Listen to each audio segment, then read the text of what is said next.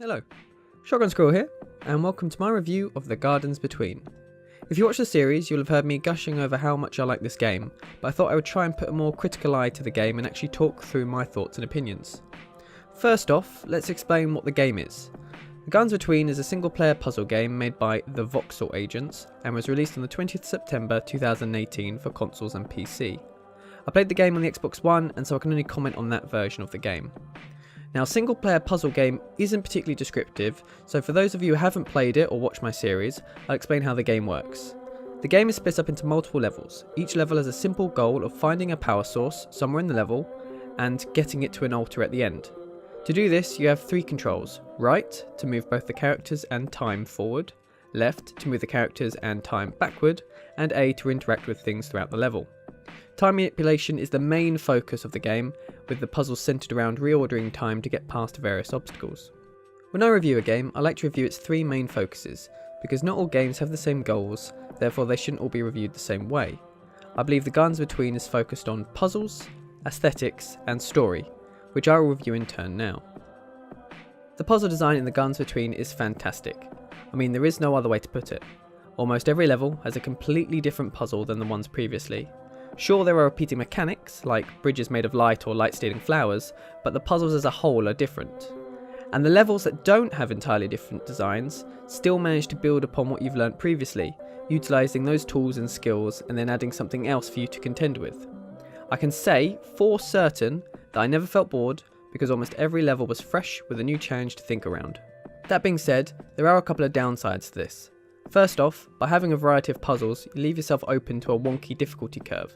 Some brains are just more suited to certain puzzles than others, meaning you can struggle your way through level 7 only to blitz your way through level 8. This isn't the end of the world, and as a general rule, the levels did get more challenging as time went on. The other downside to variety is that certain mechanics only get used a few times. This is okay if they're used in close proximity to each other and then never used again, but I got stuck a couple of times throughout the game because some puzzles could only be solved by pausing on the correct frame. This was a rare mechanic, and so often only discovered once I'd frustrated every other possible method. My final point on the puzzles in The Gardens Between is on their difficulty. They're pretty easy. Now, I know most people don't want to spend forever trying to figure out how to solve a level, but I rarely felt particularly challenged. I often felt very impressed with the design of the puzzles, how interesting and creative they were, but I never felt particularly proud that I had figured them out.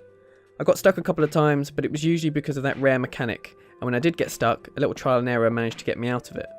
Now, difficulty is a tricky one, and I certainly don't blame the developers for choosing variety over difficulty. It's certainly the choice I would have made. But at times, the game did feel a little bit like a walking simulator. This game is stunning. You only have to watch the gameplay footage to see that. Its art style is unique and beautiful, with plenty of attention to detail. It's a very pretty game made incredibly charming by its setting. Whether it be dodging car-sized Jenga blocks, trying to type using the world's most inconvenient number pad, or jumping on drink cans as you manoeuvre around a sewer grate the size of a lake, the level design is amazing.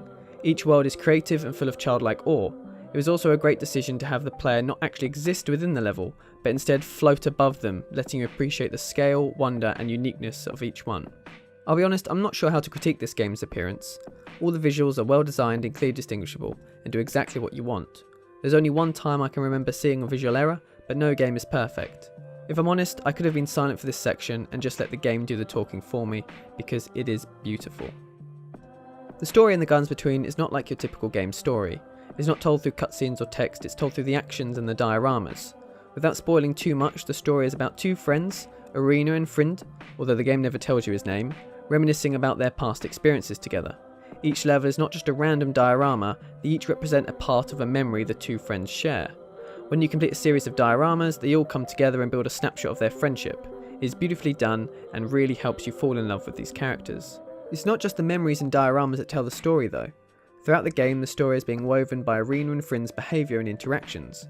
Most games would give you, the player, a single character to control, but The Gardens Between gives you two. This is not just for puzzle design, this is to tell a story. Both characters have their own personalities portrayed through their interactions with the world. They stop to look around them, they point things out, they wave to one another and even hold hands. But these actions aren't just one-offs here and there.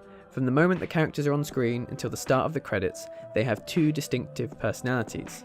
Arena comes across as confident, goal-orientated and impatient, while Frint comes across as shy, inquisitive and meek.